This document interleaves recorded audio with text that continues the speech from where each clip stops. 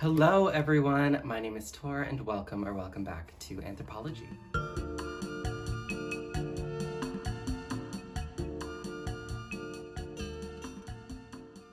Alright, thank you for joining me in another video. If this is your first time, welcome. I hope you enjoy your stay.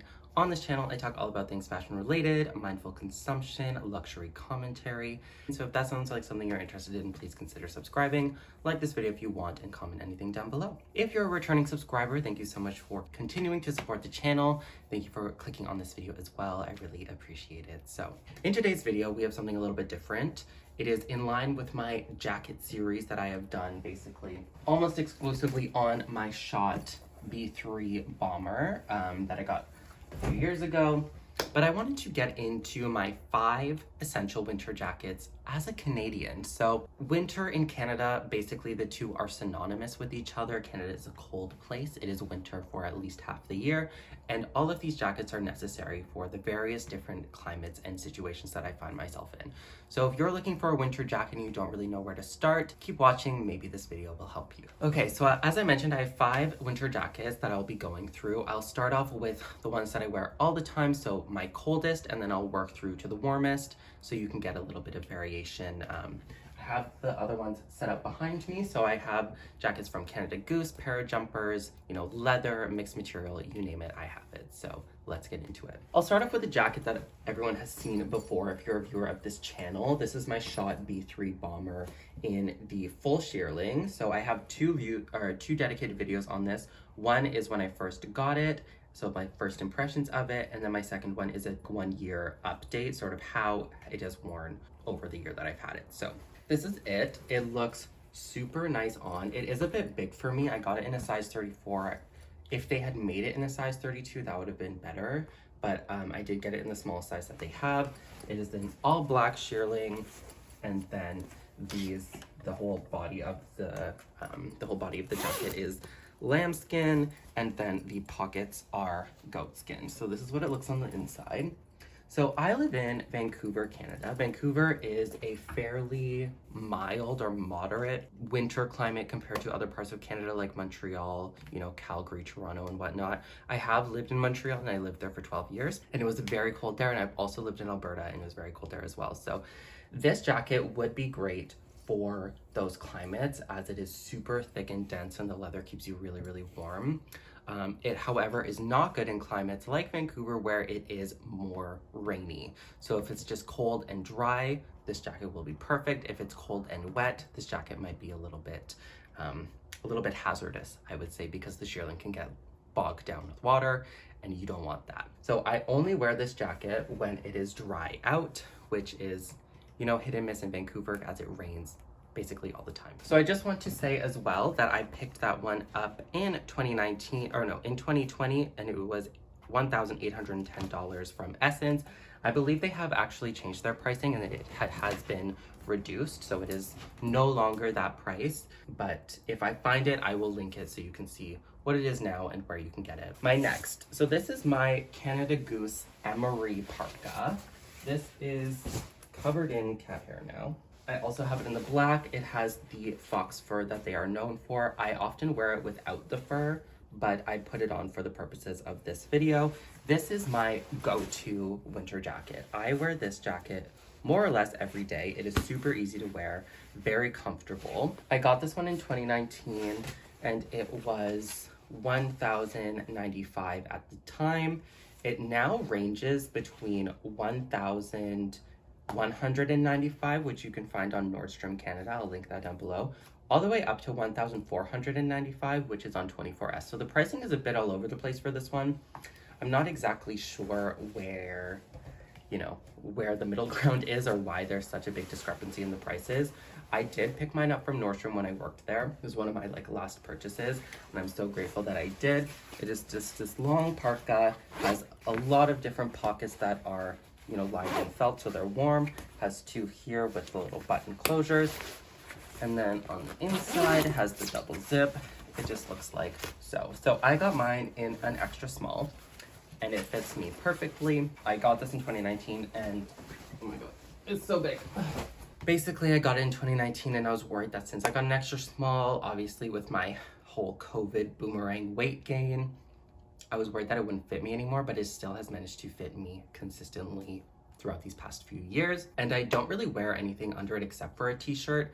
Like I don't wear a bulky sweater or hoodie or anything because I would just be way too hot. This one is good for up to -15 to -25 Celsius, which is quite cold. I'll put Fahrenheit down below. I don't know what it is offhand, but it is also filled 80% down, 20% feather, so it's super warm. I don't believe this is the warmest one that Canada Goose offers, but it is by far my favorite. All right, my next piece is from Bauer. This is just a simple puffer coat. It is very light. I got this one a long time ago, like I want to say 2015 even. This is what it looks like on the inside. I have this one in a medium. Let's see what it's filled with. I'm not sure what the name is, and I don't know if they still make it. The shell is 100% nylon, and the lining is 100% nylon as well, and it is 80% down on the inside. So same as the Canada Goose jacket, 80% down. I don't believe there's much else in here. It's just a very nice light puffer coat. Oh, we see some of the stitches came out there, but that's fine. This one, super old. I believe it was only like $100 or something, and if they still make it, I'll link it down below. This is just a great jacket that I wear when it's not super cold, but just slightly cold, like there's a chill, and I can put a hoodie under this. Like I can really layer with this one, and I really enjoy it. I believe everyone should have just like a very light puffer, especially if you live in a moderate to cold climate. So I know there's like a lot of other companies that make ones similar to this, like the North Face, Patagonia, and whatnot, but this is the one that I have from Bauer, and Bauer, I believe they're a bit underrated because their pricing is pretty good and their stuff lasts a long time. Like this is so old and it still looks really, really good. Now, fourth on the list, this is my Parajumpers mixed between puffer and sort of sweater.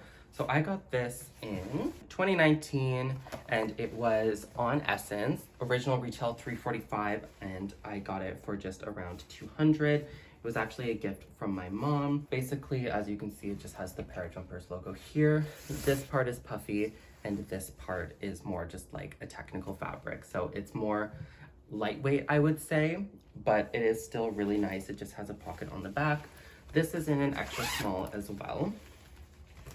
Nice metal zipper, and then on the inside it's just unlined, sort of like the back side of the puffer. So I really like this piece for days where it's not super cold and I want to be a bit more stylish. So I would wear this one and that one sort of interchangeably, but this one obviously it's a bit more stylish, I would say, than the other one where it's a bit more casual.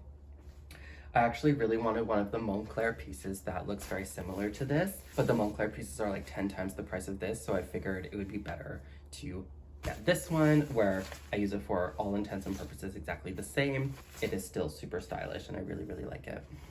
So if they still make this, if they have similar models, I will link it down below so you can check it out. And lastly, this is my vest from The Gap. So this is actually something that my mom gave me, but it's really nice to wear on lighter days that are a bit cooler. So I would wear this one normally with a hoodie or sometimes just as a vest, a little gilet, if you will.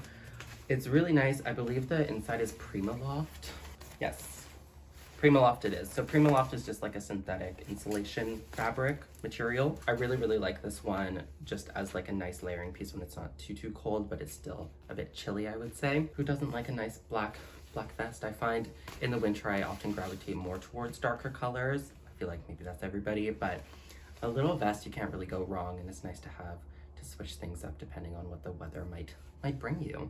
Also, sometimes I will wear this over a rain jacket, and because, you know, rain jackets or shells, they can be not that warm. Sometimes they're just there to wick the rain, nothing else. So having this over top is a nice insulator, and it's also interesting for layering. Okay, so those are my 5 winter coats that I find basically essential to last the winter season. Obviously, some of these you can just get away with having 1 or 2, but I do think it's good to have a variety of coats because the weather can be different all the time and you don't really know what you're gonna face until it happens. So having ones that can be really, you know, lightly cold to really, really cold, I think is very important. Also, having ones that are weather resistant. So in Vancouver, since it rains all the time, this one is water resistant. So if it rains, nothing will happen to this jacket. If you want a good all-around jacket, this one is the best. Obviously, Canada Goose makes a variety of different types of jackets, so you don't have to get this exact one, but I love Canada Goose and other sort of winter jacket brands like Moose Knuckles. I recently picked up a parka for my partner from Moose Knuckles. Also Macaj, Rudsack, you know, all of these different Canadian brands really do make really nice winter coats. So yeah, that is my video. Thank you all for watching. If you want dedicated videos on any of the jackets that don't already have them, let me know below and I will do that for you. I was thinking of making a dedicated review of my Canada Goose jacket for those interested. But yeah, thank you all for watching. Please like, comment, subscribe if you haven't already, and I hope to see you all next time. Bye guys.